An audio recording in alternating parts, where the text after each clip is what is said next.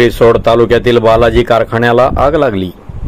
वाशिम जिल्ह्यातील रिसोड तालुक्यातील नामांकित मसाला पेन गावाजवळील केशवनगर येथील एकेकाळी प्रसिद्धीच्या झोतात असलेले आणखी महाराष्ट्रात एक नंबर साखर गाळप करणारा बालाजी सहकारी साखर कारखाना हा आज तरी मोडकळीस येऊन बंद पडलेला आहे। परंतु बंद पडलेल्या कारखान्याला अज्ञात व्यक्तीने आग लावली असून ही आग आजूबाजूला सुद्धा पसरलेली आहे। त्यामुळे बालाजी सहकारी साखर कारखान्याचे जे शिल्लक साहित्य आहे ते तर जळण्याचा हेतू नसावा अशी चर्चा केशवनगर परिसरात नागरिकांमध्ये होत आहे। आज दिनांक 5/4/2024 ला दुपारी 3 वाजता ही घटना घडली असून ही आग आजूबाजूच्या परिसरात पसरली आहे।